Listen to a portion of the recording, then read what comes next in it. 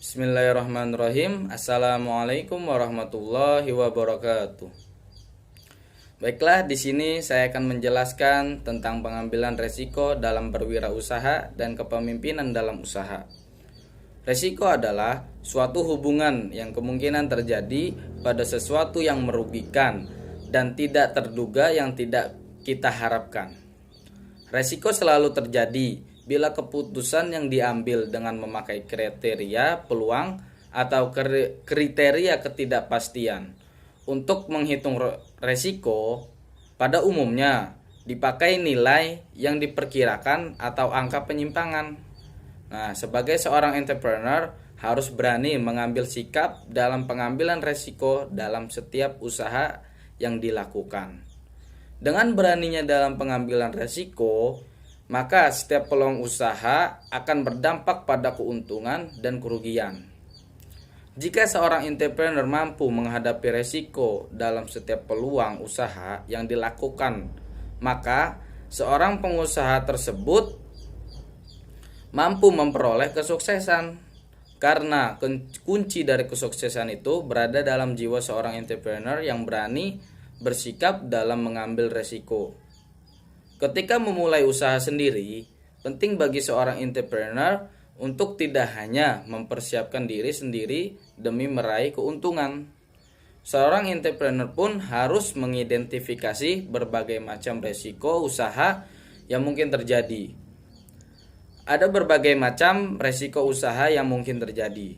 Yang pertama adalah resiko pasar, resiko finansial, resiko tim, dan resiko eksekusi. Dalam pengelolaan resiko, setiap tipe resiko yang harus dihadapi di daftar prioritas seorang entrepreneur harus bisa mengatasi dengan strategi pengelolaan resiko. Nah, berikutnya kepemimpinan dalam usaha. Pentingnya kepemimpinan dalam berwirausaha yaitu agar dalam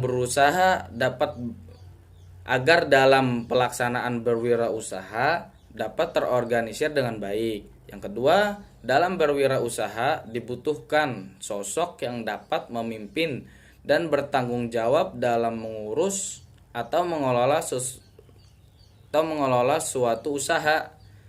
Yang ketiga, bila dalam mengelola suatu usaha tidak ada pemimpin, maka akan terjadi kekacauan dalam pembagian tugas yang akan mengakibatkan kebangkrutan.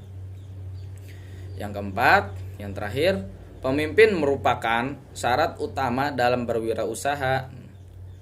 Nah, manajer adalah orang yang bertugas untuk mengarahkan dan mengatur suatu kelompok untuk mencapai suatu tujuan tertentu, dan tugasnya yaitu mengatur pekerjaan, membuat strategi, membuat peraturan, metode, kemudian membuat tim dan ide. Sedangkan pemimpin adalah orang yang memiliki kemampuan untuk mempengaruhi, memotivasi, dan membuat orang lain berkontribusi untuk mencapai kesuksesan suatu organisasi. Teori kepemimpinan awal berfokus pada pemimpin dan cara pemimpin berinteraksi dengan anggota kelompok. Nah, ciri-ciri terkait kepemimpinan yang efektif adalah adanya dorongan, kehendak untuk memimpin, kejujuran dan integritas, kecerdasan, kepercayaan diri, dan pengetahuan terkait pekerjaan. Nah, teori kepemimpinan kontemporer. Yang pertama ada teori atribusi kepemimpinan, yang kedua ada kepemimpinan karismatik, dan yang ketiga kepemimpinan transformasional. Nah, yang pertama teori atribusi kepemimpinan mengemukakan bahwa kepemimpinan semata-mata merupakan suatu atribusi yang dibuat atau seorang pemimpin mengenal individu-individu lain yang menjadi bawahannya. Nah, yang kedua, kepemimpinan karismatik merupakan sebuah atribusi yang berasal dari proses interaktif antara pemimpin dan para rasa percaya diri, keyakinan yang kuat, sikap tenang, kemampuan bicara, dan yang lebih penting adalah bahwa atribut dan visi pemimpin tersebut relevan dengan kebutuhan para pengikut. Dan yang terakhir, kepemimpinan transformasional. Pemimpin transformasional mencoba menimbulkan kesadaran para pengikut dengan mengarahkannya kepada cita-cita dan nilai-nilai moral yang lebih tinggi.